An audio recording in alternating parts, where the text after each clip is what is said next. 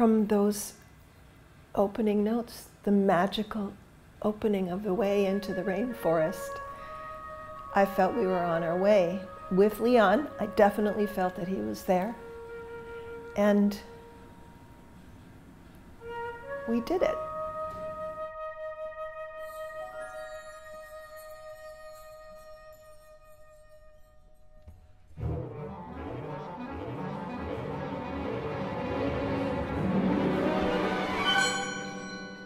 The piece is fabulous. It's a masterpiece. It's full of color. It's one of the, I think, one of the greatest things that Leon Kirchner wrote, and it's one of the great pieces for flute and orchestra of the 20th century. Yes, of which there are many, but not so many quite like this. I think where the flute is not just a solo instrument, but kind of part of this incredible orchestral texture. It's a big, complicated orchestra part.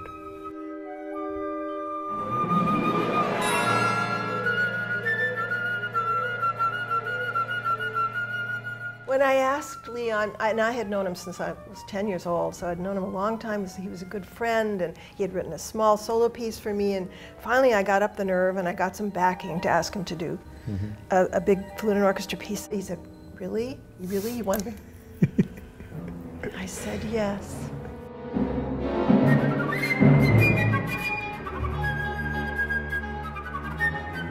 I remember when we were starting to work on this, we had as our materials, I had a copy of Leon's working score, which I treasure, with all his little sketches. The original one. Yes, the original for the first performance in '78.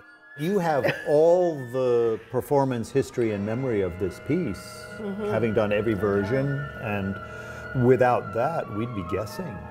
We would. We'd be guessing all the time. Yeah. I think we'll still guess a little bit, but boy, having you as the one that commissioned, created, performed, and then persuaded him to revise.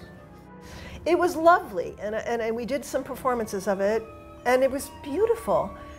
But I just kind of missed the old one. I just thought, this is the one, because I'm getting older, he was getting ill, and the woman who was with him in his last years, Sally Wardwell, we stood over him in her kitchen.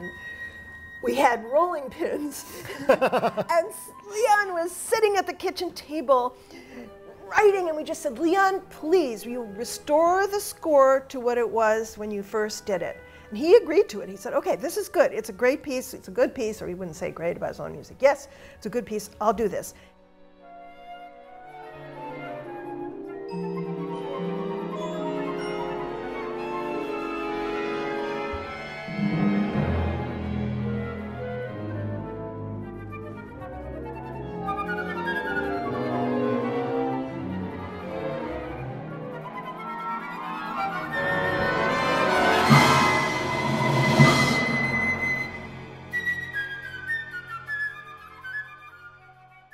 All those ideas that were going around in his brain, he would send me and he would say, "Try this, Paula."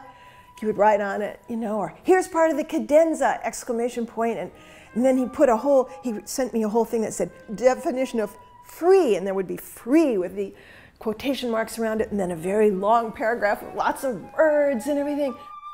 The music is so difficult to put together. It's so complex. And there it was on the page, though. It wasn't just kind of sketches anymore, those wondrous sketches that I would get in the mail from Leon. Looking at them all again, I was thinking, gosh, they're going to be part of the manuscript and part of the score. Now they're going to be part of the performance.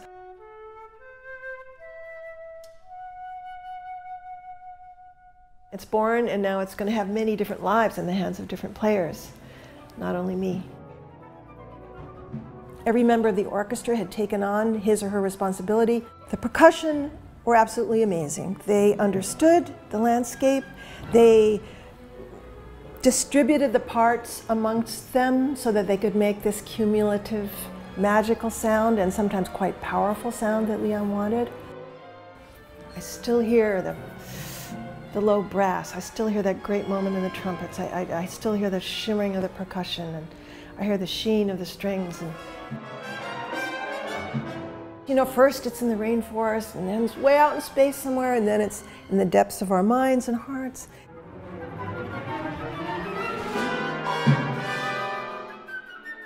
I've said to Hugh that I hope that he and I have a chance to do it together again, because I think he has, our collaboration was something so special, so multifaceted, had so many colors in it, and it was great.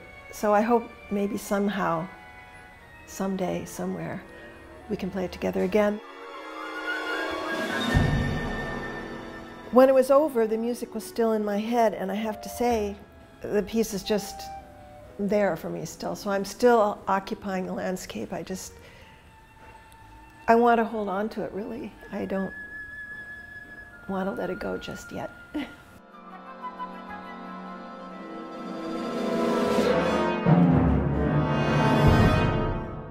Towards the end of Leon's life, I was photographing him a lot, and photographing him with Sally, with my husband Scott, who had also long time, very rich relationship with Leon.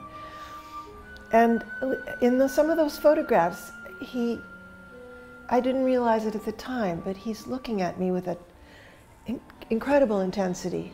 His eyes were kind of a dark blue color, and I felt like the eyes were saying so much. He didn't even have to use words. It was kind of, I'm giving this to you now. Take it. So now I feel that way too.